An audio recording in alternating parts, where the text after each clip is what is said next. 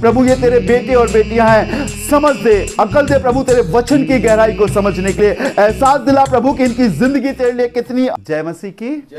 प्रभु का धन्यवाद हो। हमारा प्रभु सामर्थी परमेश्वर है और हम सब प्रभु यीशु मसीह को जानने वाले हैं और दुनिया के लोग भी प्रभु यीशु मसीह को जानते हैं।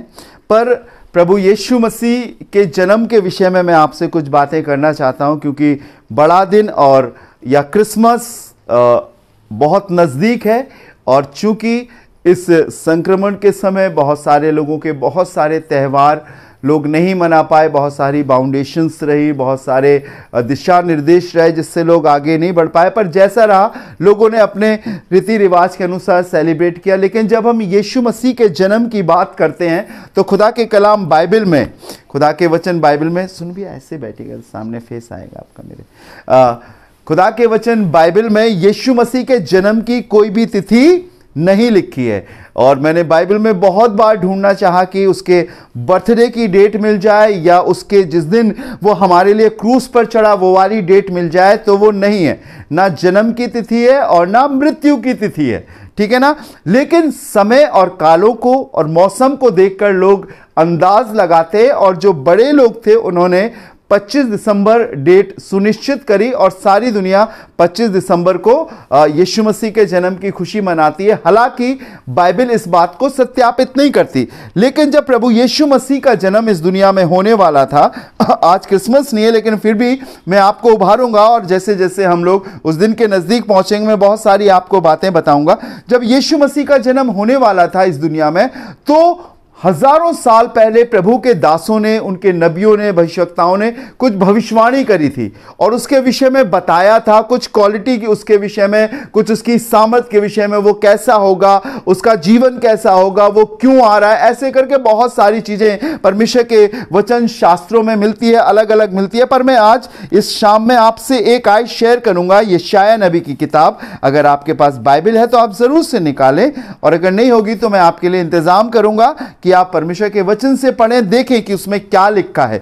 ये ना समझे कि ये राजू भैया बोल रहे हैं, नहीं, राजू भैया अगर बोल रहे हैं तो वो प्रभु के वचन से सुनकर, प्रभु के वचन से सीखकर, जो उसने मुझे दिया है मैं आपको बता रहा हूं। यशायाह उसका 9वां अध्याय और उसका 6वां पद, बहुत गौर से सुनिएगा, देखिएगा यीशु मसीह के विषय में प्रभु के दास यशायाह ने क्या कहा। जी क्योंकि हमारे लिए एक बालक उत्पन्न हुआ। लिखा, क्योंकि हमारे लिए एक बालक उत्पन्न हुआ। किसके लिए? हमारे लिए। Praise the Lord. हमारे लिए। बहुत गौर से सुनिएगा, कोई अपने बालक को किसी को नहीं देता। अगर मैं बोलूं अपनी बच्ची रजनी से, या मैं बोलूं अपनी बच्ची सीमा से कि शाउल को मुझे दे दो, या इसका नाम क्या है, एरिक को मुझे दे दो, तो कहेंगे नहीं ये तो मेरा बालक है, नहीं देंगे। लेकिन परमेश्वर की ओर से मेरे और आपके लिए, सारी दुनिया के लोगों के लिए क्या लिखा है? फिर से पढ़िएगा, क्योंकि हमारे लिए, हम सब के लिए। किसी जाति बिरादरी का नाम नहीं लिखा है, किसी अमीर गरीब का नाम नहीं लिखा है, क्रिश्चियंस के लिए नहीं है, ये सब के लिए लिखा है। क्योंकि हमारे लिए एक बालक उत्पन्न हुआ, और आगे हमें एक पुत्र दिया गया। हमें एक पुत्र दिया गया। जो बालक पैदा हुआ वो बेटा था, वो हमारे लिए क्या किया गया? दे दिया गया। Praise the Lord, praise the Lord. कई बार जब किसी के यहां पर संतान नहीं होती तो कहते हैं हमारे यहां 3 लड़कियां पैदा हुई हैं, आप क्या नहीं है, एक गोद ले लो। वो ले लेते हैं राजी खुशी। लेकिन मैं आपको बताऊं, ये परमेश्वर की एक बड़ी योजना थी कि बेटा पैदा होगा, बालक पैदा होगा, और वो हमारे लिए उसको क्या करेगा? दे देगा। कोई नहीं देता। और मालूम है क्यों दे देगा? लोग जब अपने बच्चों को देते हैं तो इसलिए देते हैं ताकि उनकी अच्छी परवरिश हो, वो खूब आगे बढ़े, पढ़े लिखे, उनकी भी गोद भर जाए। लेकिन मैं आपको बताना चाहता हूं, प्रभु यीशु मसीह को, उस बालक को इस दुनिया में क्यों दिया गया था, यह बहुत गंभीरता की बात है, इसे समझने की बात है। क्योंकि इसलिए दिया गया था ताकि वो परमेश्वर होकर इस दुनिया में आए और मेरे और आपके समान एक आम जिंदगी जिए, लोगों को चंगा करे, सुसमाचार प्रचार करे, परमेश्वर की बातों को हम जमीनी इंसानों को बताए, और उसके बाद हमारे पापों के लिए वो क्रूस पर अपनी जान दे दे। और उसको सब मालूम था कि उसको क्यों इस दुनिया में भेजा जा रहा है। अगर किसी से बोला जाए कि बेटा आप यहां पर हो और आपको वहां पर जाना है जहां पर बहुत कांटे हैं, जहां पर बहुत धूप है, जहां पर बहुत जलन है, जहां पर पीड़ा है, जहां पर बहुत दुश्मन है, तो कोई नहीं जाएगा। सिर्फ एक ही शख्स या एक ही सामर्थ जा सकती है, वो है परमेश्वर। और यीशु मसीह के लिए लिखा गया कि बालक पैदा हुआ और पुत्र, क्या लिखा है, और हमें एक पुत्र दिया गया। Praise the Lord. आपके लिए भी दीदी, अनीता दीदी, आपके लिए भी सीमा, आपके लिए भी, दुनिया के सब शख्स के लिए एक उद्धारकर्ता, एक परमेश्वर का पुत्र दिया गया। अब सुनिएगा उसके अंदर क्या खासियत होगी, पढ़ें। और प्रभुता उसके कांधे पर होगी। जब वो बालक, जब वो प्रभु इस दुनिया में जन्म लेगा, तो बाइबल में लिखा उसके विषय में कि प्रभुता उसके कांधे पर होगी। प्रभुता वो अधिकार है, ठीक है ना। अब वो कहते हैं कि ये तो यहां के प्रभु हैं। अगर भैया से बात की जाए तो इस घर के स्वामी, इस घर के प्रभु हैं, जो भी ये बोलते हैं वैसा काम होता है। ये अपने घर के प्रभु हैं, वैसे इस दुनिया का, इस संसार का प्रभु करके आएगा। और लिखा है प्रभुता उसके कहां होगी, कांधे पर होगी। उसकी प्रभुता का सबसे बड़ा चिन्ह मालूम क्या है? वो अगर किसी चीज को भी करना चाहता, किसी चीज को भी वो आगे बढ़ाना चाहता, किसी चीज को भी उसके जीवन में है जो मनुष्यों पर प्रकट करना चाहता, उस चीज को कोई नहीं रोक सकता। उसकी आवाज से मुर्दे भी जिंदा हो जाते थे, उसकी छूने से कोढ़ी भी शुद्ध हो जाते थे, उसके हाथ रखने से अंधे भी देखने लगते थे। किसी की प्रभुता नहीं चलती थी। जो वो चाहता था वो आंधी को भी रोक देता था, वो बारिश को भी रोक देता था, वो मुर्दों को भी जिला देता था। एक अधिकार था हर एक चीज पर। एक नेता का, एक वार्ड के पार्षद का, एक अधिकारी के एक सीमित अधिकार होते हैं। वो अपने डिपार्टमेंट में ही अपने अधिकार दिखा सकता, पर बाहर नहीं दिखा सकता।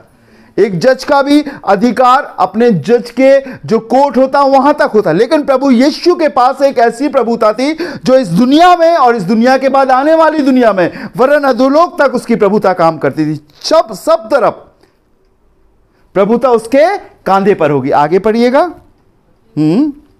प्रभुता उसके कांधे पर होगी और उसका नाम, हाँ, उसका नाम क्या होगा? अद्भुत युक्ति करने वाला। अद्भुत युक्ति करने वाला। सबसे पहली बात क्या लिखी है? उसका नाम क्या होगा? अद्भुत युक्ति करने वाला। ऐसी अद्भुत युक्ति का मतलब होता है ऐसी योजना बनाने वाला, ऐसी युक्ति करने वाला कि जो कभी फेल नहीं होती।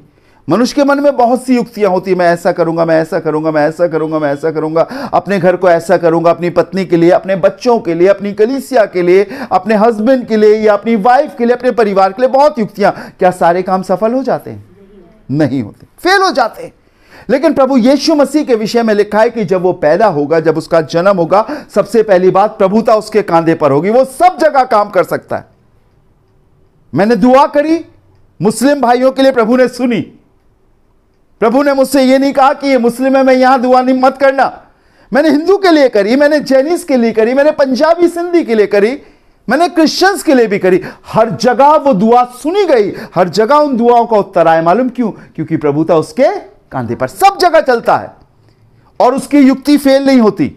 जैसे अभी दीदी गवाही दे रही थी, मुझे बड़ा अच्छा लगा। सोनू भाई ने गवाही दी, मुझे बड़ा अच्छा लगा। इन्होंने अपनी बात वहां पर बनाई, पर परमेश्वर ने अपनी युक्ति चलाई, उस बंदे के दिल में काम किया और भैया इबादत में आ सके। ऐसी युक्ति करता जब मैं और आप घिरे और फंसे होते, वो निकाल कर लाएगा। बेटे तू मुझसे प्रार्थना कर, बेटी तू मुझसे प्रार्थना कर। हां तू प्रार्थना तो करती है, लेकिन अब उपवास रखकर प्रार्थना कर। एक ऐसी युक्ति चलाएगा कि आपके रुके हुए सारे काम वो पूरे करेगा। इसलिए लिखा है उसका नाम अद्भुत युक्ति करने वाला। एक लॉ थी, एक व्यवस्था थी कि अगर कोई व्यभिचार करता हुआ पकड़ा जाए तो बाइबल बताती है उसको पत्थरों से मार डाला जाए। यह व्यवस्था बताती है, जो मूसा को व्यवस्था मिली थी। एक औरत को कुछ आदमी पकड़कर, भीड़ पकड़कर यीशु के पास ले आई और कहने लगी कि इसके लिए तो लिखा है इसे मार डाला जाए, पर तू क्या कहता है? लिखा है यीशु झुककर भूमि पर लिखने लगा और जब लिखकर सीधा खड़ा हुआ तो उसने एक बात बोली, जिसने कोई पाप ना किया हो वो इसको पहला पत्थर मारे। बाइबल में आगे लिखा है छोटे से लेकर बड़े तक एक एक करके सब वहां से चले गए। वो स्त्री और यीशु मसीह खड़े हो गए। उसने उससे कहा, क्या किसी ने तुझ पर दंड की आज्ञा नहीं दी? उसने कहा, नहीं प्रभु, मुझ पर किसी ने दंड की आज्ञा नहीं दी। उसने कहा, जा अब से पाप मत कर। ऐसी युक्ति बनाई, उसके लिए तो मौत रखी थी। यीशु मसीह अगर वहां से मुंह फेर के चला जाता तो वो तो मरी गई थी। भीड़ लगी हुई थी, छोटे से बड़े सब पत्थर लेकर खड़े थे। लेकिन यीशु मसीह ने एक ऐसी युक्ति बनाई, एक ऐसी योजना बनाई कि वो औरत ने अपने पापों से पश्चाताप किया और वो जिंदा रहने पाई।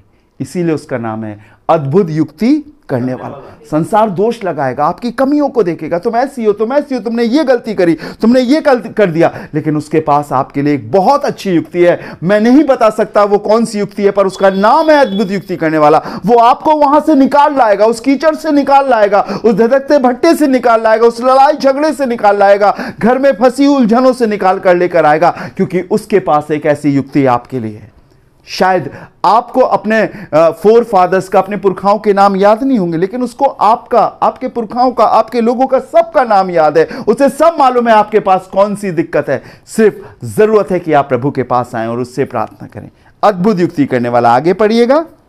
पराक्रमी परमेश्वर। दूसरा है प्राकर्मी परमेश्वर। उसके नाम है ये प्राकर्मी परमेश्वर। प्राकर्मी का अर्थ होता है दयालु, अपनी सामर्थ को प्रकट करने वाला। लिखा हुआ है जब प्रभु यीशु मसीह एक जगह से चले जा रहे थे तो एक आदमी कब्रों में रहा करता था और लोग उसे जंजीरों और बेड़ियों से जकड़ देते थे। जब यीशु वहां से जाने लगा तो लिखा है वो जोर से चिल्लाकर कहने लगा, हे परम प्रधान दाऊद की संतान यीशु, तुझे मुझसे क्या काम? तू समय से पहले मुझे नष्ट करने क्यों आया है? शैतान और उसकी सामर्थ, बीमारी, गरीबी, सब यीशु मसीह की सामर्थ को जानती है, उसके पराक्रम को जानती है कि वो कैसा है, वो क्या कर सकता है। उसका वहां पर हाजिर होना ही बहुत बड़ी बात होती है। लिखा है जहां 2 या 3 मेरे नाम से इकट्ठे होते मैं उनके बीच में हाजिर होता हूं। उसका बड़ा पराक्रम है जब वो मेरे और आपके बीच में खड़ा होता है। खुदा के लोगों, शैतानी ताकतें छोड़कर चली जाती हैं, अलग चली जाती है, बुरी आदतें चली जाती है। ये प्राकर्मी परमेश्वर है। Praise the Lord, hallelujah. उसका नाम ये भी है प्राकर्मी परमेश्वर। सबसे पहले क्या था? अद्भुत युक्ति करने वाला। दूसरा प्राकर्मी परमेश्वर। अब तीसरा सुनिएगा जी, अनंत काल का पिता। अनंत काल का पिता।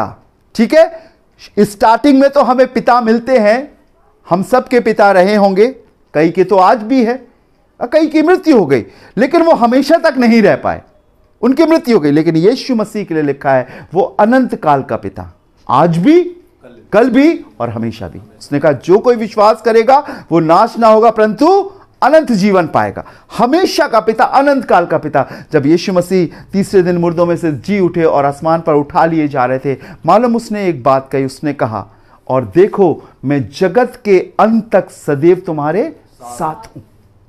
और आज भी जब हम आंसुओं में होते, जब हम दुख में होते, हमें कोई नहीं समझ पाता, वो अपना बेटा अपनी बेटी बनाकर हमारी सुनता है। अनंत काल का पिता, उसे कोई चीज नहीं रोक सकती।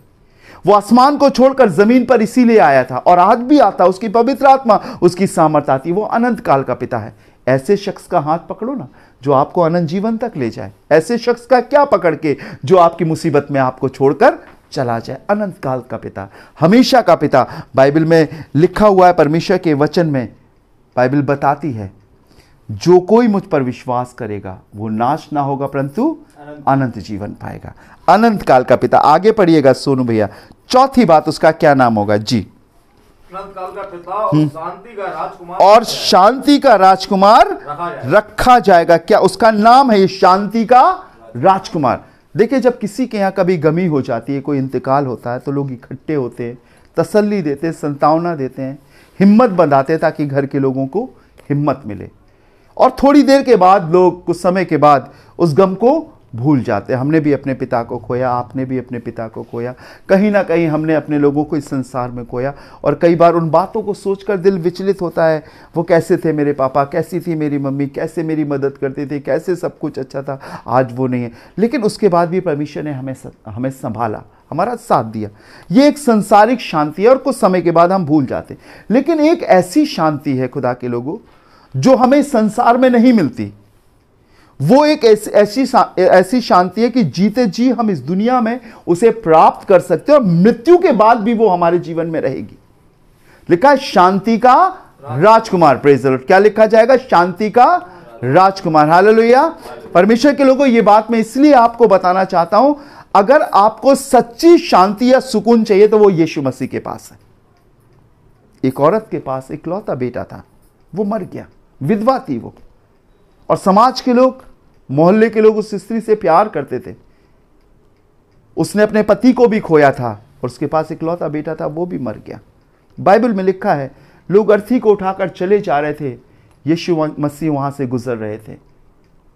यीशु मसीह ने लिखा है, ये शब्द आए हैं बाइबल में, यीशु मसीह ने उसे देखकर तरस खाया और अर्थी उठाने वालों से कहा रुक जा। वो ठहर गए और यीशु मसीह ने उस लड़के पर हाथ रखा और उससे कहा मैं तुझसे कहता हूं जीवित हो। और वो जो मर गया था वो जीवित हो गया। क्या कोई किसी शख्स को जिंदा कर सकता है? उस मां को सोचिए जिसके पास उसकी सिर्फ आखिरी उम्मीद वो बेटा ही था। जवानी के समय में उसका पति खत्म हो गया था और ये बेटा ही उसकी उम्मीद था और वो भी खत्म हो गया था। खुदा के लोगों, इंसान आपको वही शांति दे सकता है जो कुछ शब्दों में विलुप्त है, लेकिन दिल में, आत्मा में उस कमी को अगर कोई पूरा कर सकता है तो वह है शांति का राजकुमार यीशु मसीह। यीशु मसीह का जन्म इससे पहले होता, हजारों वर्ष पहले। खुदा के दास यशायाह ने इसीलिए लिखा, जो तुम्हारे लिए आ रहा है वो मामूली नहीं है। जो तुम्हारे लिए इस दुनिया में जन्म ले रहा वो कोई इंसान नहीं है।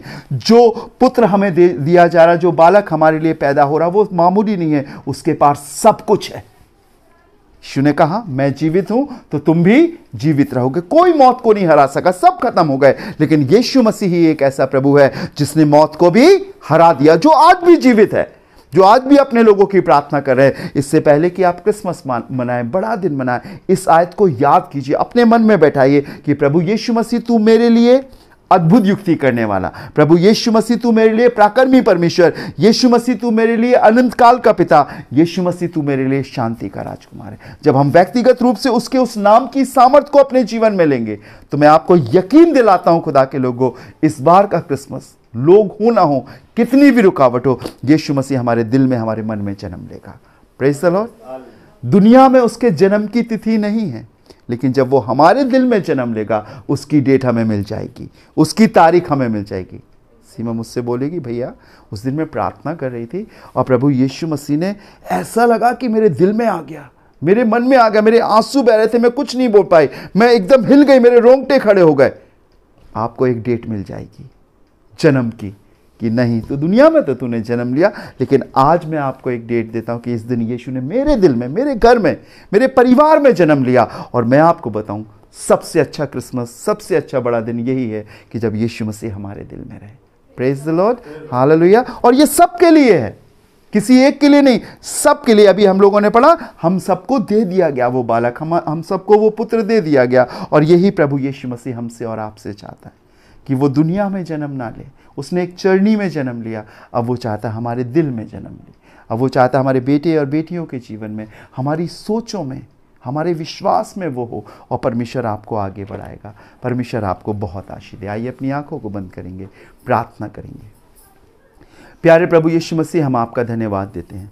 तेरे वचन से हमें सामर्थ मिलती है प्रभु, तेरे वचन से हमें हिम्मत मिलती है, तेरा वचन हमें अगुवाई देता है। अगर तेरा वचन ना होता तो हम तो सच्चे परमेश्वर को नहीं जान सकते। आज प्रभु यीशु मसीह हमने आपकी सामर्थ को जाना है, तेरे नामों की सामर्थ को जाना है प्रभु। आज हमने उस भविष्यवाणी को जाना है जो हमारे लिए की गई, हम सब के लिए की गई, वरन दुनिया के हर एक लोगों के लिए की गई। यीशु जी, मैं आपसे प्रार्थना करता हूँ, मेरे सभी लोगों पर दया कर प्रभु, जो आज सुसमाचार सुन रहे हैं और जो सुनने वाले हैं प्रभु, इनके परिवारों को तू बरकत दे, आशीष दे खुदावंद। हाँ प्रभु, शैतान ने विभिन्न पापों में फंसाकर इनके जीवन से प्रभु तुझे दूर कर दिया है, लेकिन आज पिता मैं तुझसे निवेदन करता हूं खुदावंद यीशु मसीह, तू इनके घर में जन्म ले, इनके जीवन में आ, इनके कामों में आ, और यीशु मसीह ये आपको पाकर सच्चे परमेश्वर को जान सकें। प्रभु यीशु मसीह, मेरी दुआ है उन सभी लोगों के लिए खुदावंद, खासतौर से मैं प्रार्थना करता हूं जिन लोगों ने अपने प्रार्थना निवेदन दिए हैं, जिनके पारिवारिक मामले चल रहे हैं प्रभु, प्रॉब्लम चल रही है, हस्बैंड वाइफ में प्रॉब्लम चल रही है, मैं उनके लिए प्रार्थना करता हूं। जिनके मुकदमे चल रहे हैं खुदावंद, मैं उनके लिए प्रार्थना करता हूं प्रभु यीशु मसीह। जिनके हस्बैंड शराब पीते हैं, पत्नियां परेशान होती है, मैं दुआ करता हूं प्रभु यीशु मसीह इस समय रेणुका गायकवाड़ दीदी के लिए, जो प्रभु औरंगाबाद में है, जो बहुत दुख उठाती है खुदावंद। आज हम सब एक दिल होकर प्रार्थना करते हैं प्रभु, तेरी बेटी को हिम्मत और बल दे खुदावंद, तेरी बेटी को जीवन दे खुदावंद, उनके बच्चे प्रभुत्व को जीवन दे खुदावंद, उन्हें बचा खुदावंद, और उनके हस्बैंड को बदल प्रभु, उनके जीवन को बदल, शराब से वो नफरत कर सके और दूर रह सके प्रभु जी। जो लोग खुदावंद अपने घरों में है, किसी कमी घटी में है, गरीबी में है खुदावंद, उन्हें आशीष दे, उनकी उनकी छोटी छोटी कमाइयों पर आशीष का हाथ हो, उनके नन्हे मुन्ने बच्चों पर आशीष का हाथ हो। प्रभु जी, इस कोरोना काल में हर एक बीमारी, हर एक बुरे संक्रमण से उनको बचाना, उनकी रक्षा करना।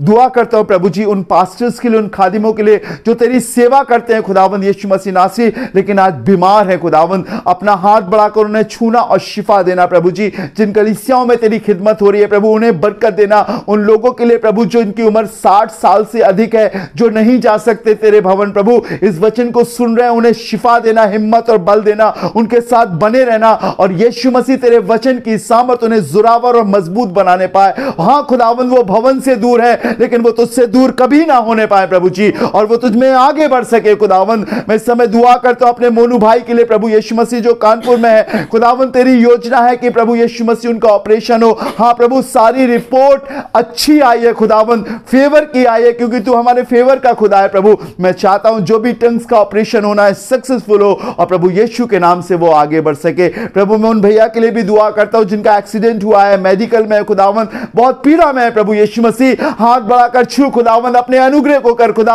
अगर तू चाहेगा खुदावंद तो सब चीज ठीक हो जाएगी, हर टूटी हुई चीज जुड़ जाएगी। यीशु तेरे दास होने के नाते मैं प्रार्थना करता हूं प्रभु जी, इंतजाम कर और उसकी ओर से आप खड़े हो सके। प्यारे प्रभु जी, मैं प्रार्थना करता हूं खुदावंद यीशु मसीह, अपनी बच्ची खुदावंद यीशु मसीह सीमा के लिए खुदावंद यीशु मसीह, प्रार्थना करता हूं प्रभु अपने भाई हेमंत के लिए खुदावंद यीशु मसीह, उनके बेटे के लिए, अपनी अनीता दीदी के लिए, अपने भाई सोनू के लिए खुदावंद यीशु मसीह, परिवार के सभी लोगों के लिए मैं प्रार्थना करता हूं यीशु मसीह। रजनी को तेरे खून में छिपाता हूं प्रभु, ये तेरे बेटे और बेटियां हैं, समझ दे, अकल दे प्रभु, तेरे वचन की गहराई को समझने के लिए एहसास दिला प्रभु कि इनकी जिंदगी तेरे लिए कितनी अनमोल है। एक एक वो पल खुदावंद जब ये आगे बढ़ते हैं प्रभु जी, एक एक पल जब ये तुझे प्रभु मानकर अपना जीवन तुझे दे रहा है, यीशु मसीह के नाम से प्रभु तेरी बरकत इनके घर पर ठहरने पाए। खुदावंद हम इस समय गिनती में जरूर कम है, लेकिन तेरी सामर्थ इन सबसे बड़ी है खुदावंद। इनकी मदद और सहायता कर, जो योजना है प्रभु इनको तू पूरा कर खुदावंद। ये क्रिसमस का सीजन और आने वाला साल प्रभु इनके लिए बहुत ही आशीषों का साल हो सके। प्रभु तूने मुझे दुआ करना सिखाई है, और मैं कुछ नहीं कर सकता, मैं दुआ कर सकता हूं, पर आप सब कुछ कर सकते हैं। इसलिए प्रभु आपके हाथों में सौंपता हूं, जीवन दे और आगे बढ़ा, और प्रभु ये कभी आपसे अलग ना होने पाए, हमेशा तो इनके संग बना रहे प्रभु। सभी बातों में सारा आदर महिमा आपको देते हैं प्रभु जी। इस प्रार्थना को धन्यवाद के साथ अपने जीवित उद्धार करता प्रभु यीशु मसीह के नाम से मांगते हैं, आमीन। आमीन। Praise the Lord.